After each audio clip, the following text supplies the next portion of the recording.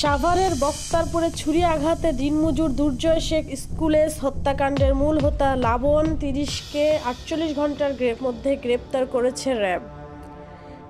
৪ সদস্য জঙ্গিবাদ নির্মূল ও মাদক বিরোধী অভিযানের পাশাপাশি খুন, চাঁদাবাজি, চুরি, ডাকাতি ও ছিনতাই চক্রের সাথে জড়িত বিভিন্ন সংঘবদ্ধ ও সক্রিয় সন্ত্রাসী বাহিনীর সদস্যদের গ্রেপ্তার করে সাধারণ জনগণের শান্তিপূর্ণ পরিবেশ নির্মাণের লক্ষ্যে জোরালো তৎপরতা অব্যাহত রেখেছে।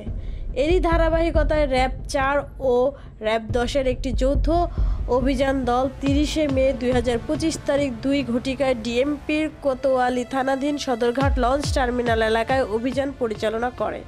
সাভারের বক্তারপুরে ছুরি আঘাতে দিনমজুর দুর্জয় শেখ স্কুলে হত্যাকাণ্ডের মূল হোতা লাবণ ৩০, পিতা মৃত লাল মিয়া বিষাদ বক্তারপুর থানা সাভার মডেল জেলা ঢাকাকে ৪৮ ঘন্টার মধ্যে গ্রেপ্তার করতে সক্ষম হয়।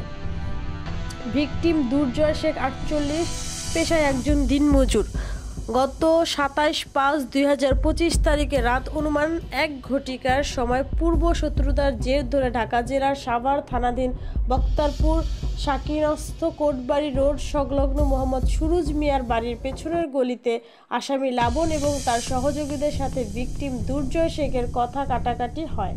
কথা কাটাকাটির এক পর্যায়ে আসামি লাবণ ও তার সহযোগীরা মিলে ছুরি আঘাত করে এবং ঘটনাস্থলে ভিকটিম দুর্জয় শেখ ৪৮ মারা যায়। এ ঘটনার পরিপ্রেক্ষিতে আসামি লাবণ ও তার সহযোগীরা পলাতক থাকে। পরবর্তীতে র্যাব ৪ ও র্যাব ১০-এর তথ্য প্রযুক্তির সহায়তায় এবং গোয়েন্দা তৎপরতা বৃদ্ধির মাধ্যমে উক্ত স্কুলে হত্যাকাণ্ডের আসামি শনাক্ত করা হয়েছে। ৩০শে মে ২০২৫ তারিখ ২ ঘটিকায় ডিএমপির কোতোয়ালি থানাধীন সদরঘাট লঞ্চ টার্মিনালের সামনে এলাকায় অভিযান পরিচালনা করে হত্যাকাণ্ডের প্রধান আসামি লাবণ ৩০কে গ্রেপ্তার করতে সক্ষম হয়। গ্রেপ্তারকৃত আসামির বিরুদ্ধে আইনাগত ব্যবস্থা প্রক্রিয়াধীন।